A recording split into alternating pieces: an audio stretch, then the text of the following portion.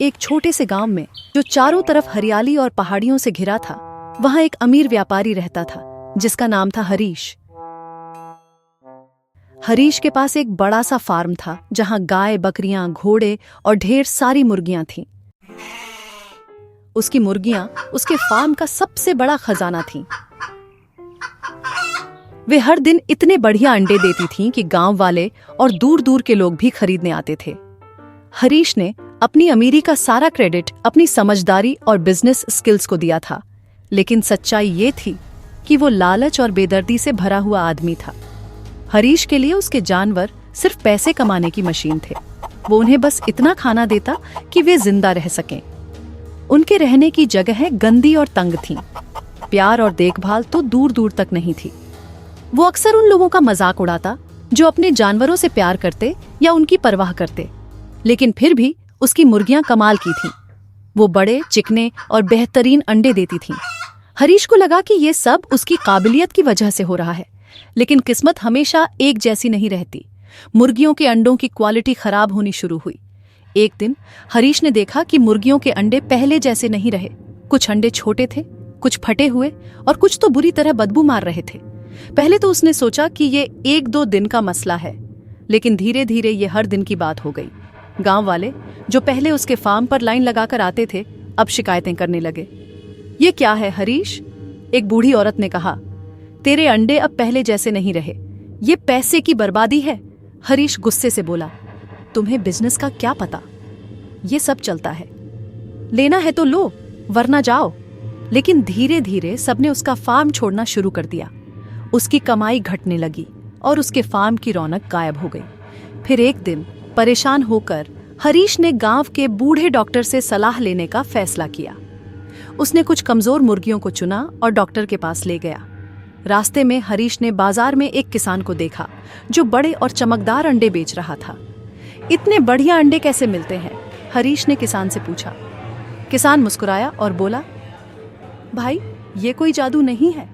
मैं अपनी मुर्गियों का ध्यान रखता हूँ, उन्हें अच्छा खाना देता हूँ, खुली हवा में घूमने देता हूँ और प्यार से रखता हूँ। हरीश हंस पड़ा। प्यार से मुर्गियां अंडे देती हैं, बेकार की बात है। वो किसान को बेवकूफ समझकर आगे बढ़ गया। हरीश डॉक्टर के पास पहुंचा। डॉक्टर ने मुर्गियों को ध्यान से देखा और कहा, हरीश, तेरी मुर्गियां तनाव में हैं। उन्हें सही खाना और आराम नहीं मिल रहा। इसी वजह से उनके अंडों की क्वालिटी खराब हो रही है। तनाव? हरीश ने ठहाका लगाया। मुर्गियों को भी तनाव होता है, ये सब बकवास है। डॉक्टर ने समझाने की कोशिश की। हरीश, हर जीव प्यार और देखभाल से ठीक रह पाता है। अगर तूने इन्हें अच्छे तरीके से नहीं रखा तो ये खराब अंडे तो देगी ही, लेकिन धीरे धीरे ये भी बीमार पड़ने लगेंगी। लेकिन हरीश ने डॉक्टर की बात को मजाक समझा और गुस्से में वहां से चला गया। उसने सोचा कि डॉक्टर उसे बेवकूफ बना रहा है और वह उससे पैसे कमाने की कोशिश कर रहा है। हरीश अपने पोल्ट्री फार्म पर पहुंचा। हरीश ने तय किया कि अब वो मुर्गियों को सबक सिखाएगा। उसने उन्हें छोटे छोटे पिंजरों में बंद कर दिया, उनका खाना पीना कम कर दिया, सोचते हुए कि डर की वजह से वे बेहतर अंडे देंगी। लेकिन हुआ इसका उल्टा। मुर्गियां और कमजोर हो गईं और अंडे देना बिल्कुल बंद कर दिया। एक दिन गलती से हरीश ने एक पिंजरे का दरवाजा खुला छोड़ दिया।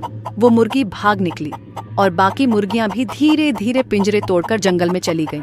मुर्गियों के बिना हरीश का फार्म पूरी तरह बर्बाद हो गया। गायों ने दूध देना कम कर दिया, बकरियां बीमार हो गईं और घोड़े भी सुस्त पड़ गए। ग्राहक आना बंद कर चुके थे। हरीश, जो कभी अमीर और घमंडी था, अब अकेला और गरीब हो गया।